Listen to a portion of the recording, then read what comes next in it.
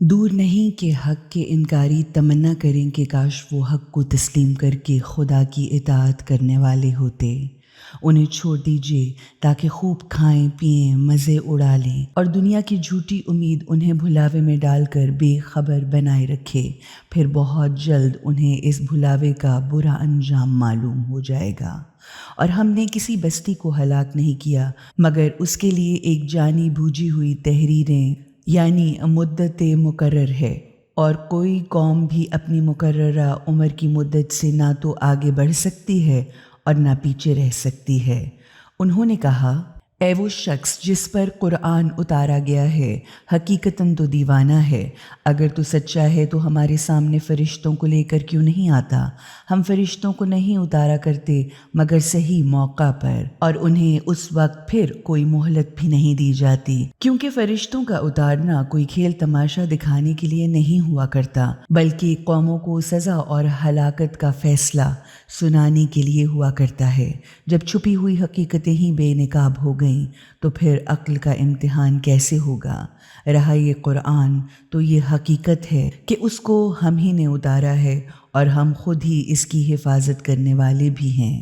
اور یہ بھی حقیقت ہے کہ آپ صلی اللہ علیہ وآلہ وسلم سے پہلے بہت سی گزری ہوئی قوموں میں رسول بھیج چکے ہیں۔ کبھی بھی ایسا نہیں ہوا کہ ان کے پاس کوئی رسول آیا ہو اور انہوں نے اس کا مذاق نہ اڑایا ہو۔ اسی مذاق کو ہم مجرموں کے دلوں میں پڑا رہنے دیتے ہیں، اسی لیے وہ اس قرآن کو کبھی بھی نہ مانیں گے، اور یہی طریقہ پچھلے زمانے والوں کا بھی رہا ہے۔ اگر ہم ان پر آسمان کا کوئی دروازہ بھی کھول دیتے جس سے وہ آسمان پر چڑھنے لگتے تو بھی یہ لوگ یہی کہیں گے کہ ہماری آنکھوں پر تو نشہ کو غالب کر دیا گیا ہے، بلکہ ہم ایسے لوگ ہیں جن پر جادو کر دیا گیا ہے۔ ہم نے آسمان میں بہت سے مضبوط قلعے یعنی برج بنائے ہیں، اور ان کو دیکھنے والوں کے لیے خوب بنا سجا دیا ہے، اور ان کو ہر مردود شیطان سے محفوظ بھی رکھا ہے، سوائے اس کے کہ کوئی چوری چھپے کچھ سن بھاگے تو ایک شہاب ثاقب یعنی چمکدار شعلہ یا ٹوٹا ہوا تارا اس کا پیچھا کرے گا۔ ہم نے زمین کو پھیلایا اور اس پر پہاڑ قائم کیے، پھر اس میں قسم قسم کی نپی تلی ہوئی چیزیں اگائیں، اور تمہارے لیے اس میں معیشت کے اسباب اور روزی کے ذرائع فراہم کیے، اور ایسی بہت سی مخلوقات کے لیے بھی کیے جنہیں تم روزی پہنچانے والے نہیں ہو۔ کوئی چیز ایسی نہیں ہے جس کے خزانے کے خزانے ہمارے پاس جمع نہ ہوں، اور جس چیز کو بھی ہم اتارتے ہیں تو ایک مقررہ مقدار ہی میں اتارتے ہیں۔ اور ہم ہی نے تو ہواؤں کو بھیجا جنہوں نے بادلوں کو پانی سے بوجھل بنایا، پھر ہم نے آسمان سے پانی برسایا تو اس پانی نے تمہیں سیراب کیا، جبکہ تم اس کے ذخیروں پر قابو نہ رکھتے تھے۔ حقیقتاً ہم ہی زندگی دیتے ہیں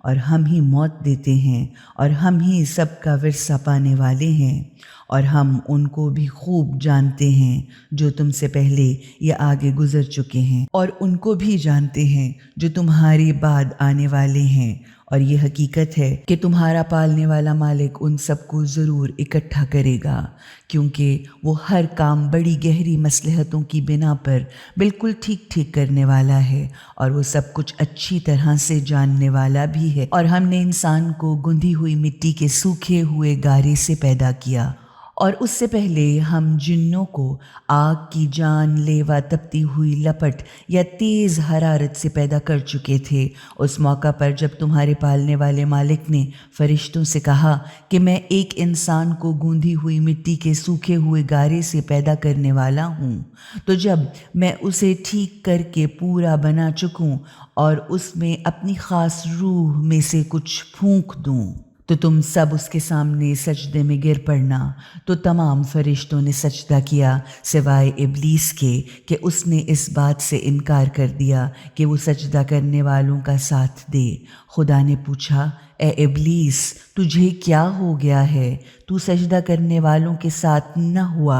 ابلیس نے کہا، میرا یہ کام تو نہیں ہے کہ میں اس بشر کو سجدہ کروں جسے تو نے سڑی ہوئی مٹی کے سوکھے ہوئے گارے سے پیدا کیا۔ خدا نے فرمایا، اچھا تو پھر تو یہاں سے نکل، کیونکہ حقیقتاً تو رد کیا ہوا ہے، اور یقیناً تجھ پر روز قیامت تک لعنت ہی لعنت ہے۔ اس نے عرض کی مالک مجھے اس دن تک تو ڈھیل دے دے کہ جب لوگ قبروں سے اٹھیں گے۔ خدا نے فرمایا تو اب مہلت دیے جانے والوں میں سے ہے اس وقت تک جو ہمیں معلوم ہے۔ ابلیس بولا مالک اب جب تو نے مجھے گمراہ قرار دے ہی دیا ہے تو اب میں زمین پر ان آدم علیہ السلام کی اولاد کے لیے گناہوں اور دنیا کی زندگی کو خوب سجا بنا کر ان سب کو گمراہ کر دوں گا، سوا تیرے ان بندوں کے جنہیں تو نے خالص اپنا کر لیا ہو، یا سوا ان میں کہ تیرے خالص قرار دیے ہوئے بندوں کے۔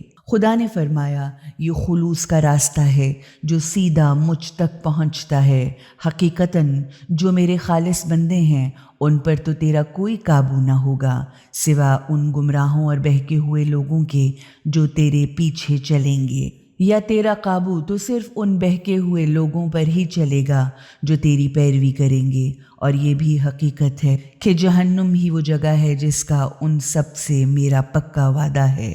اس کے 7 دروازے ہیں، ہر دروازے کے لیے ان لوگوں میں سے ہر ایک کا حصہ مقرر کر دیا گیا، اور خاص قسم اور درجے کے جہنمی کسی خاص دروازے سے داخل ہوں گے۔ اس کے برخلاف متقی لوگ جو برائیوں سے بچتے ہوئے خدا کے مقرر کیے ہوئے فرائض کو ادا کرتے ہیں جنت کے باغوں اور بہتے ہوئے چشموں میں ہوں گے۔ ان سے کہا جائے گا کہ ان باغوں میں امن و سلامتی، سکون و اطمینان کے ساتھ بے خوف و خطر داخل ہو جاؤ، اور ہم نے ان کی آپس کی سینے کے اندر کی دشمنی تک کو دور کر دیا۔ اب وہ ایک دوسرے کے بھائی بھائی ہیں اور ایک دوسرے کے آمنے سامنے تختوں پر بیٹھے ہیں۔ نہ تو انہیں وہاں کسی قسم کی کوئی محنت مشقت کرنی ہے اور نہ وہ وہاں سے کبھی نکالے جانے والے ہیں۔ تو آپ صلی اللہ علیہ وآلہ وسلم میرے بندوں کو خبر دے دیجئے کہ میں بہت زیادہ معاف کرنے والا اور بے حد مسلسل رحم کرنے والا ہوں، اور یہ بھی حقیقت ہے کہ میری سزا بھی بڑی سخت تکلیف دینے والی سزا ہے۔ اور ان سے حضرت ابراہیم علیہ السلام کے مہمانوں کا واقعہ تو بیان کیجئے۔ جب وہ ان کے پاس آئے اور سلام کیا تو ابراہیم علیہ السلام نے کہا ہمیں تو تم سے ڈر لگ رہا ہے۔ انہوں نے کہا ڈریے نہیں، ہم تو آپ علیہ السلام کو ایک صاحب علم لڑکے کے پیدا ہونے کی خوشخبری دیتے ہیں۔ حضرت ابراہیم علیہ السلام نے کہا ارے کیا تم مجھے اس بڑھاپے میں اولاد ہونے کی خوشخبری دیتے ہو؟ بھلا یہ کیا خوشخبری ہے جو اس حالت پیری میں تم مجھے سنا رہے ہو؟ انہوں نے کہا آپ کو سچی خوشخبری دے رہے ہیں، آپ نا امید نہ ہوں۔ ابراہیم علیہ السلام نے کہا اپنے پالنے والے مالک سے بھلا کون نا امید ہوگا سوائے گمراہ لوگوں کے۔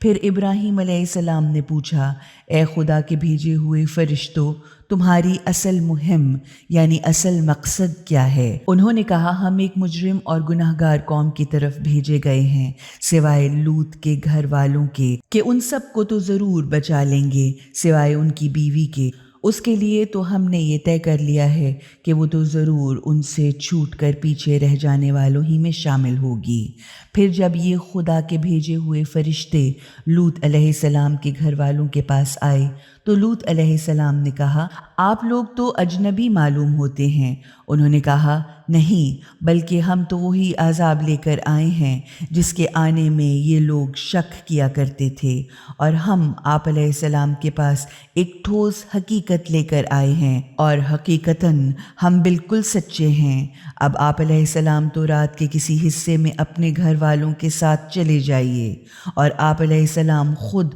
ان کے پیچھے پیچھے چلیے گا، اور آپ علیہ السلام میں سے کوئی پیچھے مڑ کر بھی نہ دیکھے، بس سیدھے چلتے ہی چلے جائیے گا جہاں جانے کا آپ کو حکم دیا جائے۔ غرض اس طرح ہم نے لوط علیہ السلام کو اپنے اس فیصلے کی اطلاع دے دی کہ صبح ہوتے ہی ان لوگوں کی جڑ یعنی ان کی بنیاد اور اصل نسل کاٹ کر رکھ دی جائے گی۔ ادھر شہر کے لوگ بہت خوش حضرت لوط علیہ السلام کے گھر آ چڑھے۔ لوط علیہ السلام نے کہا، یہ تو میرے مہمان ہیں، تو مجھے رسوا نہ کرو، اللہ سے ڈرو، مجھے ذلیل تو نہ کرو۔ وہ بولے، ہم نے تم کو بار بار منع کیا ہے کہ تم دنیا بھر کے ٹھیکیدار نہ بنو۔ آخر لوط علیہ السلام نے تنگ آ کر کہا، اگر تمہیں کچھ کرنا ہی ہے تو یہ میری قوم کی بیٹیاں موجود ہیں اور ان سے شادیاں کر لو۔ آپ صلی اللہ علیہ وآلہ وسلم کی جان کی قسم،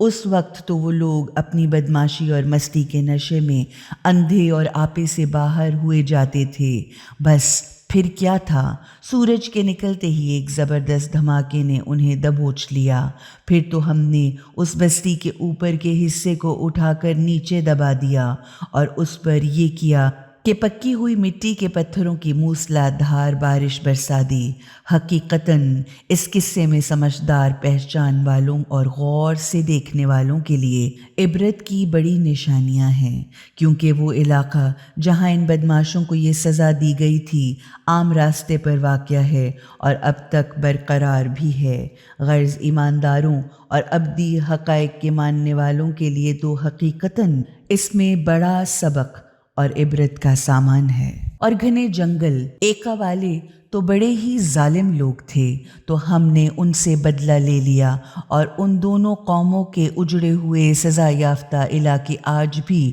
کھلے ہوئے عام راستے پر واضح طور پر بالکل نمایاں ہیں۔ اور ہجر کے لوگوں نے بھی رسولوں کو خوب جھٹلایا تھا، جبکہ ہم نے تو ان کو اپنی نشانیاں بھی دیں، مگر وہ تو ان سے منہ پھرائے ان کو بالکل نظر انداز ہی کرتے چلے گئے، جبکہ وہ پہاڑ کو تراش کر اپنے گھر بناتے تھے اور بڑے اطمینان و سکون کی زندگی گزار رہے تھے۔ آخرکار ایک زبردست دھماکے نے انہیں صبح ہوتے ہی پکڑ لیا اور ان کی کمائی نے انہیں کوئی بھی فائدہ نہ پہنچایا۔ ہم نے آسمانوں اور زمین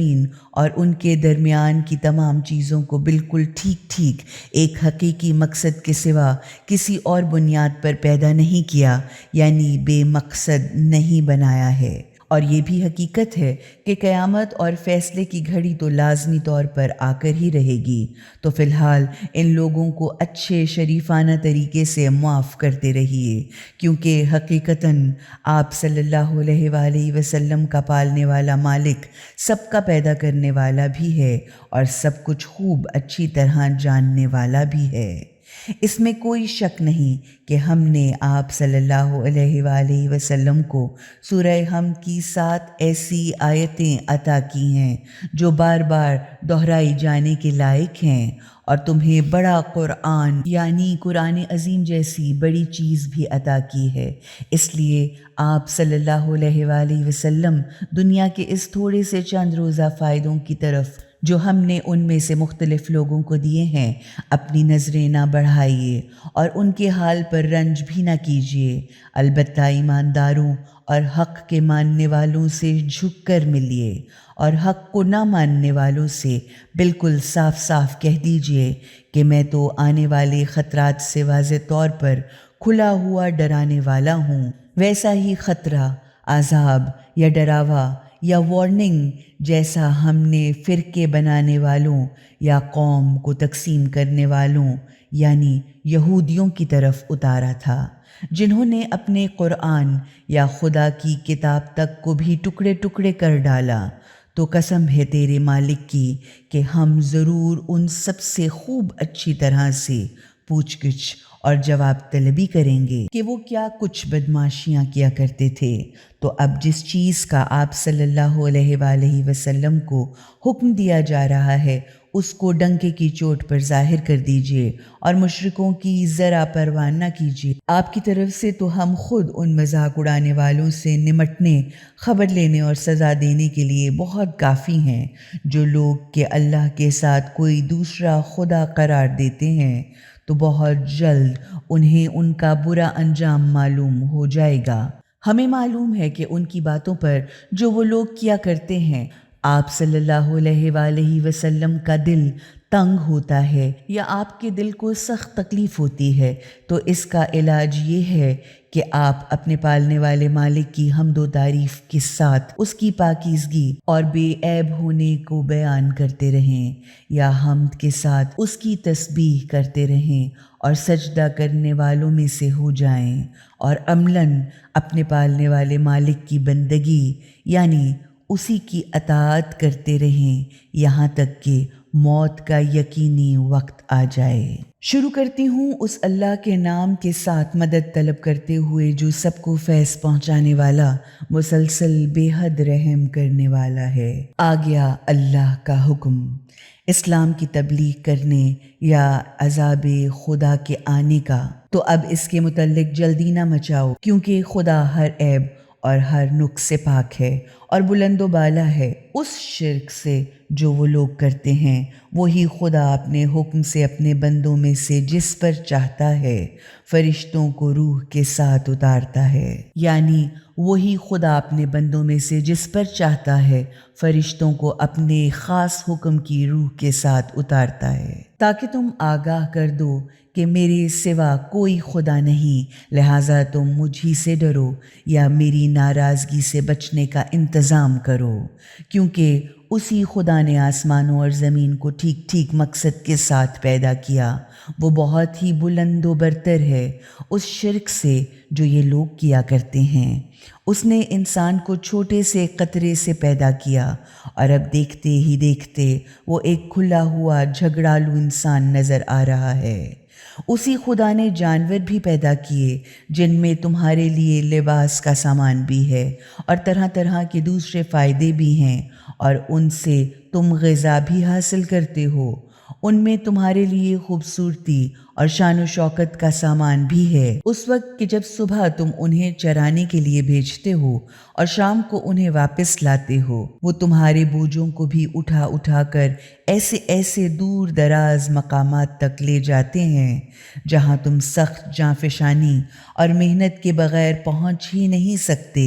حقیقتاً تمہارا پالنے والا مالک بڑا ہی شفیق اور بے حد مسلسل رحم کرنے والا ہے۔ اور اس نے گھوڑے، خچر اور گدھے بھی پیدا کیے تاکہ تم ان پر سوار ہو اور وہ تمہاری آرائش اور زندگی کی رونق بنیں، اور وہ بہت سی اور دوسری سواریاں بھی پیدا کرے گا جنہیں تم ابھی جانتے تک نہیں ہو، اور اللہ ہی کے ذمے ہے سیدھا راستہ دکھانا، جبکہ راستے ٹیڑھے بھی موجود ہیں۔ اگر وہ چاہتا تو تم سب کے سب کو سیدھے راستے پر ہی لگا دیتا۔ اس کا ثبوت یہ ہے کہ وہی خدا تو ہے جس نے تمہارے لیے آسمان سے پانی اتارا جسے تم خود بھی پیتے ہو، اور تمہارے جانوروں کے لیے چارہ بھی پیدا ہوتا ہے، یا اسی پانی سے پودے بھی پیدا ہوتے ہیں، اور اسی پانی سے تم چراگاہ بھی بناتے ہو۔ اسی پانی کے ذریعے سے خدا تمہارے لیے کھیتیاں اگاتا ہے اور زیتون،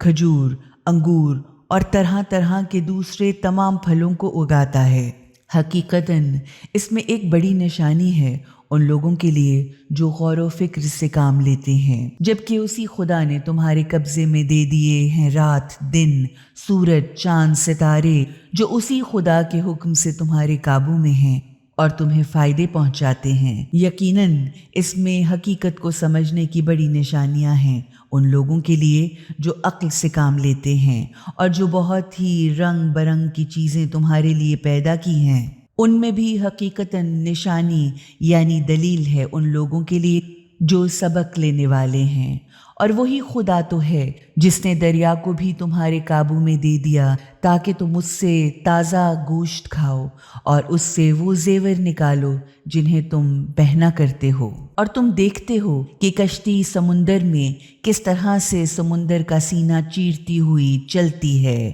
اور یہ سب کچھ اس لیے ہے تاکہ تم اللہ کے فضل و کرم یعنی روزی کو تلاش کرو اور اس طرح خدا کے شکر ادا کرنے والے بن جاؤ۔ اسی خدا نے زمین میں پہاڑ ڈال دیے تاکہ زمین تمہیں لیے ہوئے ڈاماڈول نہ ہو جائے۔ اسی نے دریا بہا دیے اور قدرتی راستے بنائے تاکہ تم ہدایت اور راستہ پاؤ، اور اس نے زمین میں راستہ بتانے والی علامتیں بنا دیں، اور ستاروں سے بھی لوگ ہدایت اور راستے پا لیتے ہیں۔ پھر بتاؤ کہ کیا جو پیدا کرتا ہے وہ بھلا اس جیسا ہو سکتا ہے جو کچھ بھی تو پیدا نہیں کرتا؟ کیا تم ہوش میں نہیں آتے؟ یا کیوں تم نصیحت قبول نہیں کرتے؟ اور اگر تم اللہ کی نعمتوں کو گننا بھی چاہو تو تم ان کا احاطہ نہیں کر سکتے، یعنی اس کی حدود و انتہا، اہمیت اور حقیقت کو سمجھ تک نہیں سکتے۔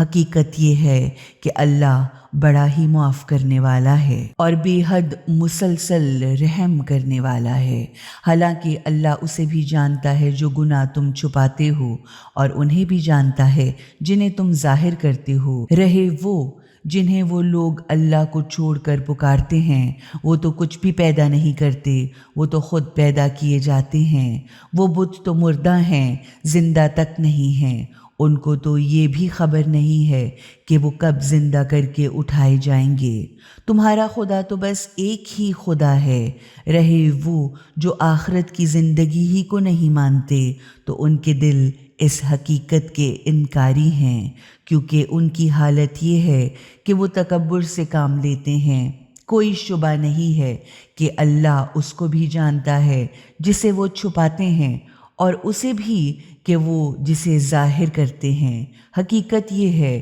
کہ خدا تکبر کرنے والوں، خود کو بڑا سمجھنے والوں کو پسند ہی نہیں کرتا۔ جب ان سے پوچھا جاتا ہے کہ تمہارے پالنے والے مالک نے کیا اتارا ہے، تو وہ کہتے ہیں اجی وہ تو اگلے لوگوں کے پرانے اوٹ پٹانگ بے بنیاد فرضی قصے کہانیاں ہیں۔ اس تکبر کا انجام یہ ہے کہ قیامت کے دن وہ خود اپنے گناہوں کے بوجھ بھی پورے کے پورے اٹھائیں گے، اور ساتھ ساتھ کچھ ان لوگوں کے بوجھ بھی اٹھائیں گے جنہیں یہ لوگ اپنی جہالت اور بے علمی اور ناواقفیت میں گمراہ کر رہے ہیں۔ دیکھو اور جانو کہ کتنا برا ہے وہ بوجھ اور کتنی سخت ہے وہ ذمہ داری جو وہ اٹھا رہے ہیں۔ جو ان سے پہلے تھے انہوں نے بھی ایسی ہی چال بازیاں، مکاریاں اور ترکیبیں کی تھیں، تو اللہ کا عذاب آیا ان کی عمارت پر بنیادوں کی طرف سے، یعنی اللہ نے ان کی مکاریوں کی عمارت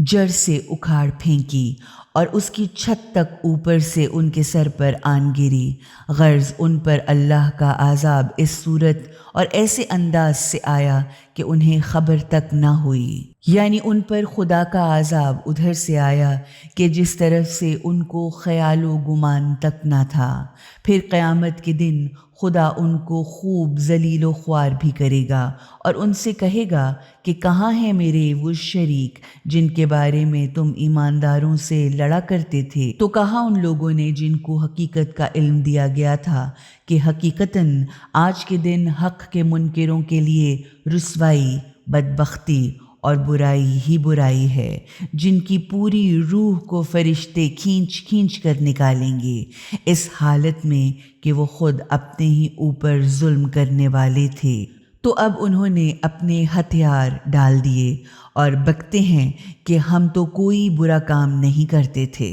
تو فرشتے جواب دیں گے کیوں نہیں، کیسے نہیں کر رہے تھے؟ اللہ تمہاری ان حرکتوں اور بدمعاشیوں سے خوب واقف ہے جو تم کیا کرتے تھے۔ اب جاؤ اور جہنم کے دروازوں میں گھس جاؤ،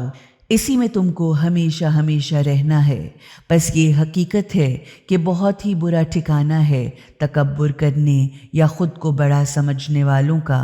اس کے برعکس جب ان لوگوں سے جو شرک اور انکار حق سے بچتے ہیں اور خدا کا خوف رکھتے ہیں پوچھا گیا کہ کیا چیز ہے جو تمہارے پالنے والے مالک کی طرف سے اتری ہے، تو انہوں نے کہا بہترین چیز ہے۔ جن لوگوں نے اس دنیا میں اچھائی کی ان کے لیے دنیا میں ہی اچھائی ہے، اور آخرت کا گھر تو ان کے لیے لازمی طور پر اور بہتر ہے۔ اور کیا کہنا پرہیزگار متقین کے گھر کا، یعنی بڑا ہی اچھا ہے گھر برائی سے بچتے ہوئے فرائض الہیہ کے ادا کرنے والوں کا، اور وہ گھر ہمیشہ ہمیشہ رہنے والے گھنے سرسبز و شاداب باغات ہیں جن کے نیچے سے نہریں بہہ رہی ہوں گی، ان کے لیے ان باغوں میں وہ سب کچھ ہوگا جو وہ چاہتے ہوں گے۔ اسی طرح اللہ جزا دیتا ہے برائی سے بچتے ہوئے فرائض الہیہ کے ادا کرنے والوں کو،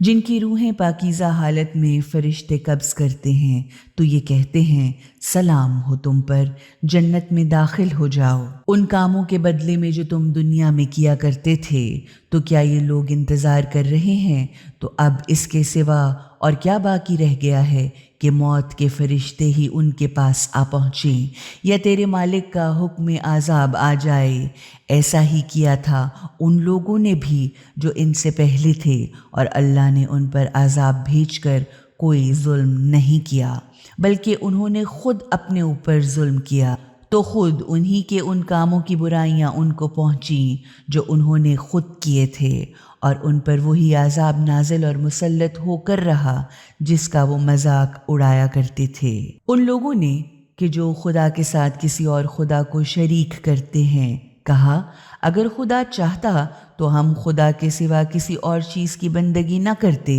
نہ ہمارے باپ دادا، اور نہ ہم خدا کے حکم کے بغیر کسی چیز کو حرام ٹھہراتے۔ ایسے ہی بہانے ان سے پہلے کے لوگ بھی بناتے رہے ہیں۔ تو کیا رسولوں پر صاف صاف پیغام پہنچا دینے کے سوا اور بھی کوئی ذمہ داری ہے؟ ہم نے تو ہر قوم میں ایک پیغام لے جانے والا رسول بھیجا کہ صرف اللہ کی بندگی کرو، طاغوت یعنی جھوٹے خداؤں، جھوٹے اماموں، لیڈروں، جابروں، آمروں، ظالم بادشاہوں اور برائی اور باطل کی طرف بلانے والوں کی بندگی سے بچو۔ تو ان میں سے کوئی تو وہ تھا جسے اللہ نے منزل مقصود تک پہنچا دیا، اور کوئی وہ تھا جس کی گمراہی اس پر ثابت ہو کر رہ گئی۔ تو ذرا زمین پر چل پھر کر دیکھو کہ کیا برا انجام ہوا جھٹلانے والوں کا۔ اگر آپ صلی اللہ علیہ وآلہ وسلم ان کے سیدھے راستے پر آنے کی کتنی ہی سخت آرزو رکھتے ہیں تو اس سے کیا ہوتا ہے؟ حقیقت تو یہ ہے کہ اللہ جس کو گمراہ قرار دے دیتا ہے یا جس کو گمراہی میں چھوڑ دیتا ہے، پھر اس کو منزل مقصود تک نہیں پہنچایا کرتا، پھر ان کے لیے کوئی مددگار بھی نہیں ہوتے۔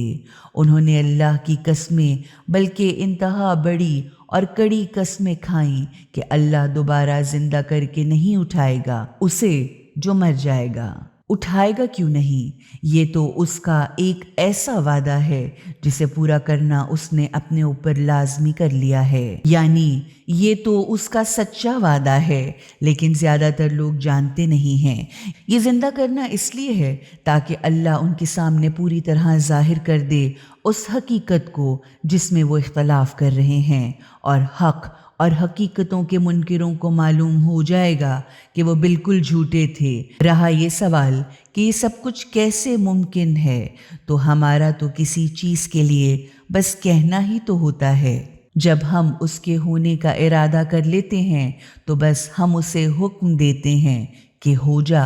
اور وہ فوراً ہو جاتی ہے۔ اور جن لوگوں نے ظلم سہنے کے بعد ہجرت کی، انہیں ہم دنیا میں بھی اچھی جگہ دیں گے، اور آخرت کا ثواب تو اس سے بہت بڑا ہوگا۔ کاش کہ وہ جانیں کہ جنہوں نے صبر کیا اور جو اپنے پالنے والے مالک پر بھروسہ کرتے ہیں، اور ہم نے آپ صلی اللہ علیہ وآلہ وسلم سے پہلے جب کبھی کسی کو بھی بھیجا تو آدمیوں ہی کو بھیجا جن کی طرف ہم اپنی وحی یعنی پیغامات بھیجتے تھے۔ تو اگر تم خود نہیں جانتے تو اہل ذکر یعنی آسمانی کتابوں اور تعلیمات سے پوری طرح واقف